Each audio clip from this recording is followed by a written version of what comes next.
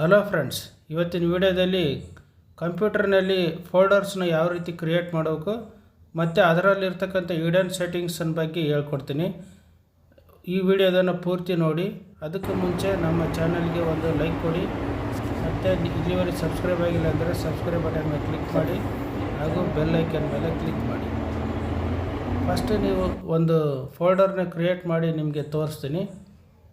ಇದೆಲ್ಲ folders yellow colour ಇರೋದೆಲ್ಲ ಫೋಲ್ಡರ್ಸು. Right click ಮಾಡಿ ಒಂದು ಹೊಸ ಫೋಲ್ಡರ್ ಕ್ರಿಯೇಟ್ ಮಾಡೋಕಂದ್ರೆ ರೈಟ್ ಕ್ಲಿಕ್ ಮಾಡಿ ನ್ಯೂ ಮೇಲೆ ಕ್ಲಿಕ್ ಮಾಡಿ ಫೋಲ್ಡರ್ ಮೇಲೆ ಕ್ಲಿಕ್ ಮಾಡಿ. ಆಮೇಲೆ ಈ ಟೈಪಲ್ಲಿ ಫೋಲ್ಡರ್ ಕ್ರಿಯೇಟ್ ಆದಮೇಲೆ ಇದು ರೀನೇಮ್ ಕೊಡ್ಬೋದು. ಈ ಟೈಪ್ ರೀನೇಮ್ ಕೊಡ್ಬೋದು, ಇಲ್ಲ ಇನ್ನೊಂದು ಟೈಪಲ್ಲಿ ಕೂಡ ರೀನೇಮ್ ಕೊಡ್ಬೋದು. ಅದೇನೆಂದರೆ ಫೋಲ್ಡರ್ ಮೇಲೆ ಕ್ಲಿಕ್ ಮಾಡಿ F2 ಪ್ರೆಸ್ ಮಾಡಿದರೆ ರೀನೇಮ್ ಆಗುತ್ತೆ. ಮತ್ತು ಇನ್ನೊಂದು ಟೈಪಲ್ಲಿ ಮಾಡೋಕಂದ್ರೆ ಅದ್ರ ಮೇಲೆ ರೈಟ್ ಕ್ಲಿಕ್ ಮಾಡಿ ರೀನೇಮ್ ಕೆಳಗಡೆ ರೀನೇಮ್ ಅಂತಿದೆ, ರೀನೇಮ್ ಮಾಡಿದರೆ ರೀನೇಮ್ ಕೊಡ್ಬೋದು. ನೆಕ್ಸ್ಟ್ ಈ ಟೈಪ್ ಅಲ್ಲದೆ ಈಗ ಬೇರೆ ಟೈಪ್ ಇನ್ನೊಂದು ಟೈಪಲ್ಲಿ ನಾನು ಹೇಳ್ಕೊಡ್ತೀನಿ. ಈಗ ನೋಡಿ, ಇದು ಫೋಲ್ಡರ್ ಇದೆ. ಈ ಐಕಾನ್ನ ಚೇಂಜ್ ಮಾಡಬೇಕು. ಅದಕ್ಕೆ ಮುಂಚೆ ಪ್ರಾಪರ್ಟೀಸ್ಗೆ ಹೋಗಿ ಕಸ್ಟಮೈಸ್ ಅಂತ ಇರುತ್ತೆ, ಅದ್ರ ಮೇಲೆ ಕ್ಲಿಕ್ ಮಾಡಿ ಚೇಂಜ್ ಐಕಾನ್ ಅಂತ ಇರುತ್ತೆ. ಚೇಂಜ್ ಐಕಾನ್ ಕ್ಲಿಕ್ ಮಾಡಿದರೆ ನಿಮಗೆ ಯಾವುದು ಬೇಕೋ ಅದನ್ನು ಸೆಲೆಕ್ಟ್ ಮಾಡ್ಬೋದು. ನಿಮಗೆ ಯಾವುದು ಇಷ್ಟವಾದ ಐಕಾನ್ ಸಿಗುತ್ತಲ್ಲ, ಅದನ್ನು ಯಾವುದೇ ಐಕಾನ್ ಇದ್ದರೆ ಅದನ್ನು ಟಿಕ್ ಮಾರ್ಕ್ ಮಾಡಿ ಓಕೆ ಮಾಡಿದರೆ, ಈ ಫಾರ್ ಎಕ್ಸಾಂಪಲ್ ರೀಸೈಕಲ್ ಬಿನ್ ಇದೆ, ಇದನ್ನು ಓಕೆ ಮಾಡಿದ್ದೀನಿ. ಓಕೆ ಮಾಡಿದರೆ ನೋಡಿ ರೀಸೈಕಲ್ ಬಿನ್ ಆಗಿದೆ. ರೀಸೈಕಲ್ ಬಿನ್ ಅಂದರೆ ಅಲ್ಲ, ಅದು ಫೋಲ್ಡರ್ ಟೈಪೇ ಇರುತ್ತೆ.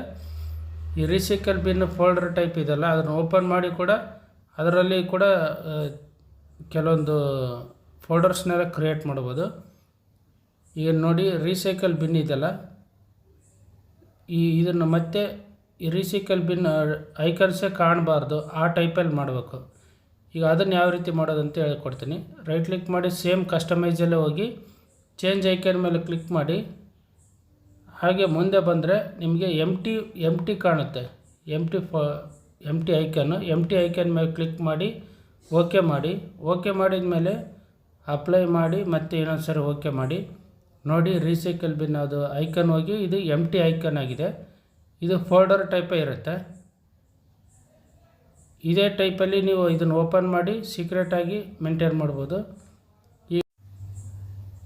ಈಗ ಎಮ್ ಟಿ ಐಕನ್ ಇದೆಯಲ್ಲ, ಆ ಎಮ್ ಟಿ ಐಕನ್ನಲ್ಲಿ ನೀವು ಹೋಗಿ ಫೋಲ್ಡರ್ ಕ್ರಿಯೇಟ್ ಮಾಡ್ಬೋದು, ಇಲ್ಲ ಫೈಲ್ಸ್ ಹಾಕ್ಬೋದು. ನೋಡಿ ಅದರಲ್ಲಿ ಹೋಗಿದ್ದೀನಿ, ಫೋಲ್ಡರ್ ಕ್ರಿಯೇಟ್ ಮಾಡ್ತಾಯಿದ್ದೀನಿ. ಫೋಲ್ಡರ್ ಕ್ರಿಯೇಟ್ ಮಾಡೋದಕ್ಕೆ ಇನ್ನೊಂದು ಆಪ್ಷನ್ ಇದೆ. ಈ ರೈಟ್ ಕ್ಲಿಕ್ ಮಾಡಿ ಅದಲ್ಲದೆ ಇನ್ನೊಂದು ಶಾರ್ಟ್ಕಟ್ ಆಪ್ಷನ್ ಏನಂತಂದರೆ Ctrl+Shift+N ಅಂತ ಪ್ರೆಸ್ ಮಾಡಿದರೆ ಆಟೋಮೆಟಿಕ್ಕಾಗಿ ನ್ಯೂ ಫೋಲ್ಡರ್ ಕ್ರಿಯೇಟ್ ಆಗುತ್ತೆ. ಇದೇ ರೀತಿ ನೀವು ಈ ಫೋಲ್ಡರ್ ಆಯಿತು, ಈ ಮತ್ತು ನೇಮ್ಸ್ ಕಾಣುತ್ತೆ ಅಲ್ಲ, ಅದನ್ನು ರಿಮೂವ್ ಮಾಡ್ಬೋದು. ಅದನ್ನು ಈಗ ನಾರ್ಮಲಾಗಿ ಡಿಲೀಟ್ ಮಾಡಿದರೆ ಡಿಲೀಟ್ ಮಾಡಿ ತೋರಿಸ್ತೀನಿ. ನಾರ್ಮಲ್ ಡಿಲೀಟ್ ಆದರೆ ಡಿಲೀಟ್ ಆಗೋಲ್ಲ.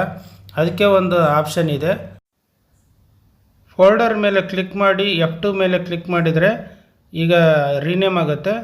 ನೆಕ್ಸ್ಟ್ ಆಲ್ಟ್ ಪ್ರೆಸ್ ಮಾಡಿ ಹಿಡ್ಕೊಂಡು 255 ಅಂತ ನಂಬರ್ ಹೊಡೆದು ಎಂಟರ್ ಮೇಲೆ ಕ್ಲಿಕ್ ಮಾಡಿದರೆ ನೀವು ರೀನೇಮ್ ಅನ್ನೋದು ನೇಮ್ಸ್ ಅನ್ನೋದು ಹೋಗುತ್ತೆ. ಇದು ಟ್ರೈ ಮಾಡಿ, ನಿಮಗೆ ಗೊತ್ತಾಗಿಲ್ಲ ಅಂದರೆ ಕಮೆಂಟ್ ಮಾಡಿ, ನಾನು ಇನ್ನೊಂದು ಸಾರಿ ಹೇಳ್ಕೊಡ್ತೀನಿ. ನೆಕ್ಸ್ಟ್ ಇದೇನು ಇದು ಚೇಂಜಸ್ ಮಾಡ್ತಾ ಹೋಗ್ಬೋದು. ನೋಡಿ ಐಕನ್ನು ಚೇಂಜ್ ಮಾಡಿದಷ್ಟು ನಿಮಗೆ ಕಾಣೋದೇ ಇಲ್ಲ, ಯಾಕಂದರೆ ಬ್ಯಾಕ್ಗ್ರೌಂಡ್ ಎಲ್ಲ ವೈಟ್ ಇದೆಲ್ಲ, ವೈಟ್ ಇರೋದಕ್ಕೋಸ್ಕರ ಅದು ಐಕನ್ಸ್ ಕಾಣಲ್ಲ. ನೀವು ಓಪನ್ ಮಾಡಿ ಫೋಲ್ಡರ್ಸ್ನೆಲ್ಲ ನೋಡ್ಬೋದು. ನಿಮಗೆ ಹಿಡನ್ ಆಗಿ ಇದು ವರ್ಕ್ ಆಗುತ್ತೆ, ಹಿಡನ್ ಫೋಲ್ಡರ್ಸ್ ಆಗಿ. ಇವು ಐಕನ್ಸ್ನ ಚೇಂಜ್ ಮಾಡಿ ಕೂಡ ನೀವು ತೋರಿಸ್ತೀನಿ. ನೋಡಿ ಅದಕ್ಕೆ ಐಕನ್ಸೇ ಕಾಣಲ್ಲ, ಇದು ಎಲ್ಲೋ ಕಂಡ್ರೆ ಅದು ಓನ್ಲಿ ವೈಟ್ ಕಾಣುತ್ತೆ. ಇದೇ ರೀತಿ ಈ ಹಿಡನ್ ಸೆಟ್ಟಿಂಗ್ಸ್ ನಿಮಗೆ ಇಷ್ಟ ಆಗಿದೆ ಅಂದ್ಕೊಂಡಿದ್ದೀನಿ. ಈ ವಿಡಿಯೋಗೊಂದು ಲೈಕ್ ಮಾಡಿ ಮತ್ತು ನಿಮ್ಮ ಫ್ಯಾಮಿಲಿ ಫ್ರೆಂಡ್ಸ್ಗೆಲ್ಲ ಶೇರ್ ಮಾಡಿ.